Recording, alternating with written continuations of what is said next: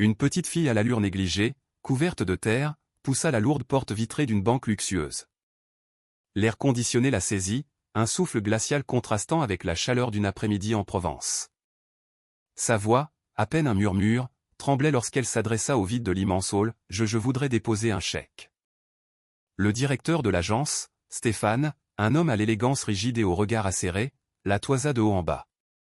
Un rictus méprisant déforma ses lèvres. Il laissa échapper un petit rire sec, un son aussi froid et tranchant que le marbre poli sous les pieds de la fillette. « Ce n'est pas un endroit pour les enfants sales comme toi, » lança-t-il, sa voix portant sans effort dans le silence respectueux du lieu.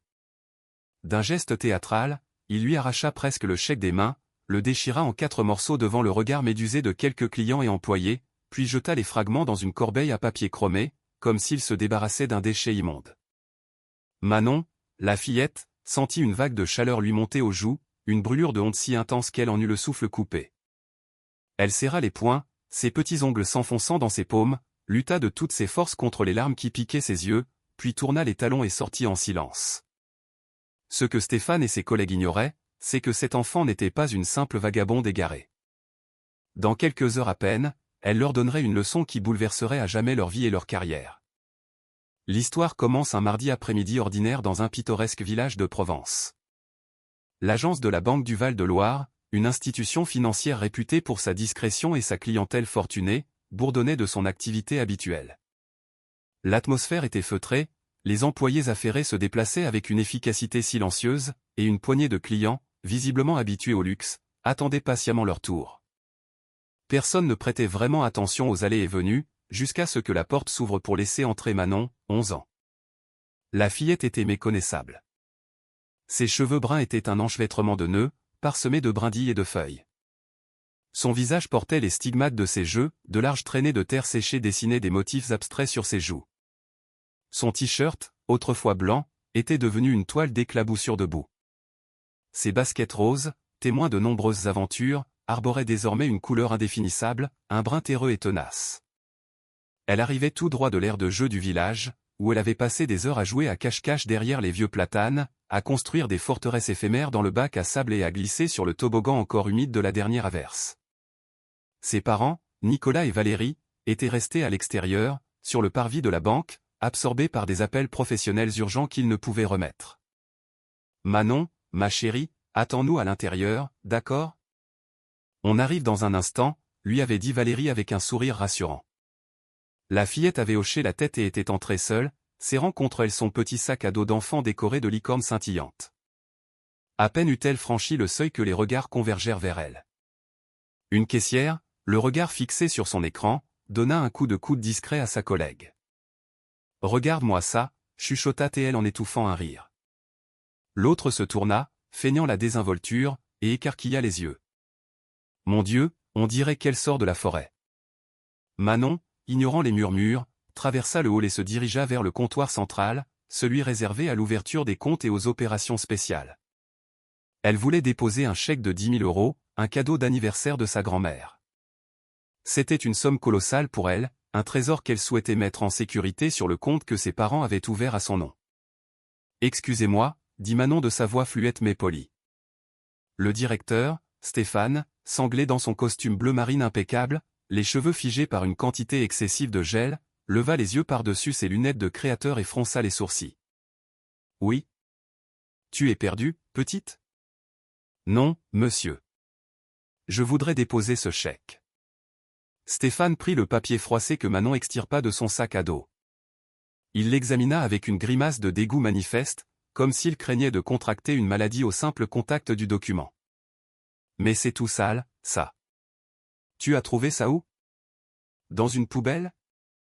Et puis, c'est beaucoup d'argent pour une gamine comme toi. » Des ricanements étouffés se firent entendre parmi les employés les plus proches. Manon sentit son visage s'empourprer. « Non, monsieur. Il était dans mon sac. C'est un cadeau de ma grand-mère. »« Un cadeau ?» Stéphane laissa échapper un rire bref et sans joie. Personne n'offre 10 000 € à une enfant des rues. Écoute, ma petite, ici, c'est une banque sérieuse. Nous ne pouvons pas accepter un document dans cet état. D'ailleurs, as-tu seulement un compte chez nous ? Oui. C'est mon père qui l'a ouvert pour moi. Ah oui? Tu as un père? Il échangea un regard complice et ironique avec sa collègue, Sandrine, qui se tenait à ses côtés. Et comment s'appelle-t-il, ton père? Monsieur Martin du marché?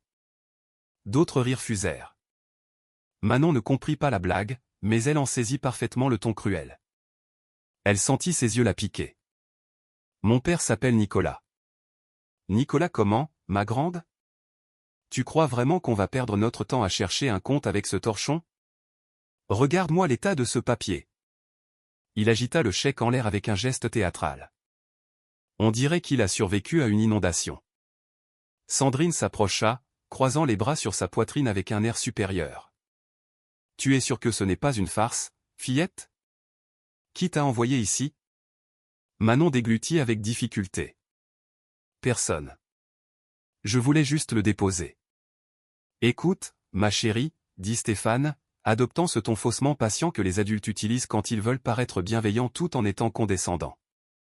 Rentre chez toi, prends un bon bain, et demande à tes parents de venir avec toi. D'accord? Les enfants ne s'occupent pas de ces choses-là tout seuls. Il jeta un dernier regard dédaigneux au chèque.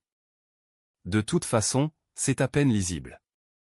Et puis, sous les yeux de tous, il commit l'impensable. Il déchira le chèque en riant au nez de la fillette. Il le plia en deux, le déchira, puis déchira les deux moitiés, et laissa tomber les confettis de papier dans la corbeille. Voilà, problème réglé. Un silence de plomb s'abattit sur la banque, mais il ne dura que quelques secondes. Il fut bientôt rompu par des éclats de rire. Pas tous, mais beaucoup. Des rires d'adultes, méchants, lâches. Les rires de gens qui avaient oublié qu'ils avaient un jour été des enfants. Manon sentit les larmes affluer, un torrent brûlant derrière ses paupières. Elle se mordit la lèvre inférieure avec une force surprenante, refusant de leur donner la satisfaction de la voir pleurer. Pas là, pas devant eux. Elle ramassa son sac à dos, tourna le dos à cette scène d'humiliation et sortit de la banque d'un pas rapide, presque en courant. Dehors, Nicolas et Valérie terminaient leurs appels. Manon s'adossa au mur de verre, le cœur battant à tout rompre, reprenant son souffle et luttant pour contenir le flot de chagrin qui menaçait de la submerger. Ses parents, préoccupés, ne remarquèrent rien sur le moment. Mais Valérie connaissait sa fille mieux que personne. Dans la voiture, sur le chemin du retour, elle sentit la tension qui émanait du siège arrière. « Il s'est passé quelque chose à la banque, mon amour ?» demanda-t-elle doucement. Manon resta silencieuse un long moment, regardant le paysage provençal défiler. Puis, d'une voix étranglée, elle répondit « Ils se sont moqués de moi. » Nicolas, qui conduisait, croisa son regard dans le rétroviseur. « Qui s'est moqué de toi ?»« Les messieurs de la banque. Ils ont dit que j'étais sale. L'un d'eux a déchiré le chèque de mamie. » La voiture fit une embardée. Valérie se retourna complètement sur son siège, son visage une expression d'incrédulité. « Il a fait quoi ?» Il l'a déchiré et l'a jeté à la poubelle. Nicolas gara la voiture sur le bas-côté, dans la première place qu'il trouva. Il se tourna vers l'arrière et prit la main de sa fille. « Manon, raconte-moi tout, depuis le début. » Et elle raconta. Chaque mot, chaque ricanement, chaque regard dégoûté. Quand elle eut fini, les yeux de Valérie brillaient, non de tristesse, mais d'une rage froide. Nicolas respira profondément, ses mains crispées sur le volant. Ils ne savent pas à qui ils ont affaire. Manon n'était pas la fille de n'importe qui. Elle était l'héritière majoritaire de la Banque du Val-de-Loire. 51% des actions étaient à son nom depuis sa naissance. Nicolas et Valérie, ses parents, étaient les fondateurs et propriétaires de cette institution qui brassait des milliards d'euros chaque année. Mais leur philosophie de vie était radicalement différente de celle de la plupart des milliardaires. L'argent ne définit pas le caractère, et une enfance ne s'achète pas, répétait souvent Nicolas. Il avait grandi dans un milieu modeste, fils de petits commerçants, et connaissait la valeur de chaque centime. Valérie, issue d'une famille aisée, détestait l'ostentation et la superficialité. À la naissance de Manon, ils avaient fait un pacte, élever leur fille comme une enfant, pas comme un trophée ou une vitrine de leur richesse. Manon jouait donc dans l'air de jeu du village, allait à l'école publique avec un uniforme simple, usait ses baskets jusqu'à la corde, mangeait des crêpes sur la place, grimpait aux arbres et rentrait à la maison sale, heureuse et épuisée. Comme n'importe quel enfant devrait l'être. Ses amis ne savaient pas qui elle était, ni ses professeurs, ni même leurs voisins. Et c'était exactement ce que voulaient Nicolas et Valérie. Mais ce jour-là, dans leur propre banque, leur fille avait été humiliée. Pas parce qu'elle était pauvre, mais parce qu'elle en avait l'apparence. Et cela, pour eux, était intolérable. Ce soir-là, Nicolas passa un coup de fil. « Maître Jean-Luc, c'est Nicolas Dubois. J'ai besoin que vous prépariez un dossier. Il y aura une réunion d'urgence à la banque vendredi. Tous les employés de l'agence du village. Sans exception. » À l'autre bout du fil, l'avocat marqua une pause. « Un problème grave, Nicolas ? » ?»« Le pire genre de problème. Un manque de respect. » Le vendredi arriva. Manon entra de nouveau dans la banque. Mais c'était une autre enfant. Ses cheveux étaient brossés et retenus par un délicat ruban. Elle portait une robe bleu marine, simple mais impeccable, et des chaussures vernies qui brillaient sous les lumières du hall. Elle tenait la main de sa mère à droite, et celle de son père à gauche. Derrière eux, 2 avocats en costume sombre suivaient, portant des mallettes en cuir. Le garde de sécurité fronça les sourcils. Quelque chose n'allait pas. Il prévint par radio, des personnes importantes arrivent. Stéphane était au 2e étage quand il reçut l'appel. Descendez immédiatement. Les propriétaires sont là. Il dévala les escaliers, ajustant sa cravate, le cœur battant la chamade. Les propriétaires ? Nicolas et Valérie ne venaient jamais sans prévenir. Que diable se passait-il ? En arrivant au rez-de-chaussée, il vit la scène. Nicolas et Valérie, immobiles au centre du hall. Et entre eux, une fillette. Stéphane se figea. Cette fillette. La fillette sale. Mais propre. Sandrine, qui était à son poste, la vit aussi. Elle devint blême. « Je n'y crois pas », murmura-t-elle à sa collègue. Nicolas balaya l'assemblée d'un regard sévère. « Bonjour. Pourriez-vous réunir tous les employés qui travaillaient mardi dernier, s'il vous plaît ? J'ai besoin de tout le monde ici, maintenant. » 15 minutes plus tard, ils étaient tous là. Certains curieux, d'autres effrayés. Stéphane et Sandrine transpiraient à grosses gouttes. Quand le silence se fit, Nicolas prit enfin la parole. « Mon nom est Nicolas Dubois. Voici mon épouse, Valérie. Et voici, » il posa une main sur l'épaule de Manon, notre fille, Manon Dubois, héritière majoritaire de cette banque. Un silence de mort. Mardi dernier, ma fille est entrée ici seule. Elle voulait faire un dépôt, un chèque de 10 000 € offert par sa grand-mère. Elle était sale parce qu'elle venait de jouer. Comme les enfants doivent jouer. Il fit une pause, l'atmosphère était irrespirable. Et vous vous êtes moqué d'elle. Vous l'avez humiliée. L'un d'entre vous a déchiré son chèque devant elle et l'a jeté à la poubelle. Stéphane ouvrit la bouche pour protester, mais Nicolas leva une main autoritaire. Non. Vous n'allez pas parler maintenant. Vous allez écouter. Valérie fit un pas en avant. Sa voix était ferme, mais vibrait d'une émotion contenue. Ma fille est rentrée à la maison avec les yeux gonflés d'avoir retenu ses larmes. Elle m'a demandé si c'était mal d'être sale, si elle avait fait quelque chose de méchant. Des larmes commencèrent à perler sur les joues de Valérie, mais elle continua. Une enfant de 11 ans m'a demandé si elle méritait le respect. Plusieurs employés baissèrent la tête, d'autres semblaient vouloir disparaître sur place. Avez-vous des enfants ? Demanda Valérie. Des neveux, des petits frères ? Comment vous sentiriez-vous si quelqu'un leur faisait ça ? Sandrine se mit à pleurer silencieusement. Nicolas reprit la parole. J'ai demandé à l'équipe de sécurité de visionner les enregistrements des caméras. J'ai tout vu. Chaque rire, chaque regard, chaque mot. Il fit un signe de tête et l'un des avocats ouvrit un ordinateur portable projetant les images sur le mur blanc du hall. L'enregistrement commença. Tout y était. Manon entrant, Stéphane prenant le chèque avec dégoût, le déchirant, le jetant, les rires, la fillette sortant les yeux brillants de larmes contenues. À la fin de la projection, le silence était assourdissant. Quelqu'un veut-il s'expliquer ? Demanda Nicolas. Stéphane s'avança, chancelant, et balbutia, « Monsieur, je ne savais pas qui elle était. Si j'avais su, assez. » La voix de Nicolas résonna dans toute la banque. « Si vous aviez su qui elle était? C'est tout ce que vous avez à dire? » Stéphane devint livide. « Donc, vous ne respectez les gens que lorsque vous savez qui ils sont? Quand vous savez s'ils ont de l'argent ou du pouvoir? » « Non, je ne voulais pas dire ça, vous avez dit exactement ça. » Valérie s'avança à son tour. « Vous n'auriez traité ma fille avec décence que si vous aviez su qu'elle était la propriétaire des lieux. C'est ce que vous venez d'admettre. » Nicolas regarda tous les employés. « Quelqu'un d'autre veut-il utiliser cette excuse? Que vous ne saviez pas qui elle était? » Silence. « Parfait. Parce que je vais être très clair. Le respect ne dépend pas de l'identité de la personne. Le respect est le minimum que tout être humain mérite. Enfant, adulte, riche, pauvre, propre, sale. Tout le monde. » Il inspira profondément. « Ma fille aurait pu être la fille d'une femme de ménage, d'un livreur, de n'importe qui. Et elle aurait quand même mérité d'être traitée avec dignité. » Manon, qui était restée silencieuse, leva les yeux vers son père. Nicolas lui fit un signe de tête approbateur.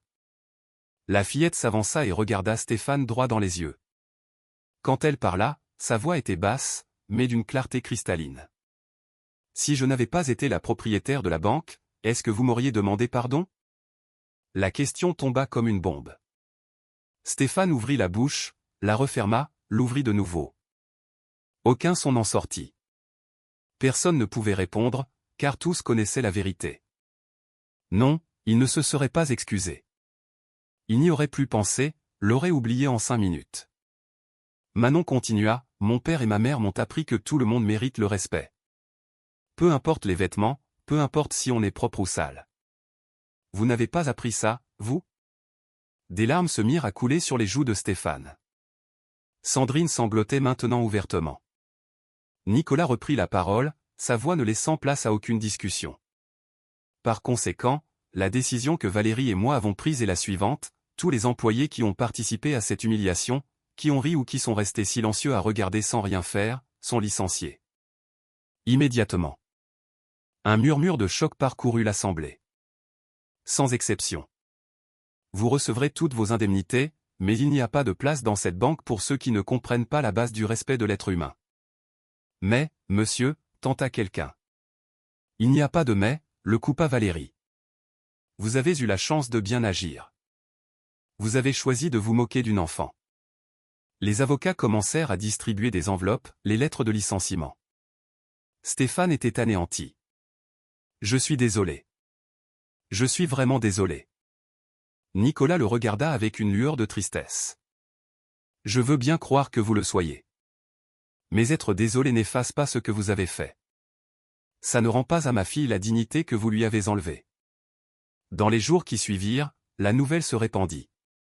15 employés licenciés d'un coup. Le motif avait fuité, humiliation de la fille des propriétaires. Certains tentèrent d'intenter un procès. Les avocats présentèrent les vidéos. Toutes les plaintes furent classées sans suite. Stéphane ne retrouva jamais de travail dans une banque. Chaque fois qu'il passait un entretien, la vérification de ses antécédents révélait le motif de son licenciement, manque de respect envers une cliente et héritière de l'institution. Sandrine changea de région, incapable de supporter le regard des gens. La banque, quant à elle, connut une refonte complète. Nicolas et Valérie mirent en place des formations obligatoires sur l'empathie, le respect et l'accueil humanisé.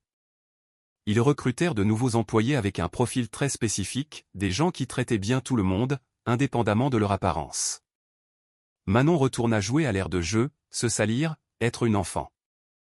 Mais désormais, chaque fois qu'elle entrait dans la banque, et elle y entrait de temps en temps, même sale, tout le monde la traitait avec gentillesse. Non pas parce qu'ils savaient qui elle était, mais parce qu'ils avaient appris à traiter tout le monde ainsi. Un jour, quelques mois plus tard, Manon attendait sa mère dans la file d'attente de la banque. Une dame âgée entra, vêtue de hardes et portant un sac en plastique déchiré. Quelques clients détournèrent le nez. Manon le vit. Elle se leva, s'approcha de la vieille dame et lui sourit. « Madame, voulez-vous vous asseoir ici? C'est plus confortable. » La dame lui sourit, les yeux embués. Merci, ma petite. Tu es un ange. Un des nouveaux employés assista à la scène et sourit. Il chuchota à son collègue, c'est elle, la fille.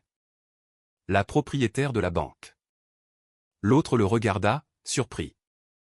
Vraiment? Mais elle traite cette dame comme si c'était quelqu'un, compléta le premier. Oui. Elle a appris ça à la maison. C'est nous qui apprenons ici. Aujourd'hui, Stéphane travaille comme vendeur dans une petite boutique. Il n'a jamais oublié cette fillette. Et chaque fois qu'il voit un enfant entrer dans son magasin, peu importe comment il est habillé, il arrête ce qu'il fait et s'en occupe avec une gentillesse sincère. Il a appris sa leçon de la plus dure des manières, mais il a appris. Et Manon a grandi. Elle joue toujours, se salit toujours, ses vêtements sont toujours simples. Elle héritera de milliards, mais on ne pourrait jamais le deviner en la regardant. Car elle a appris la leçon la plus importante que ses parents pouvaient lui enseigner, l'argent va et vient, le caractère reste. Et le respect, ça ne se négocie pas, ça ne s'achète pas, ça ne se prête pas. Le respect, on le donne. À tout le monde. Toujours.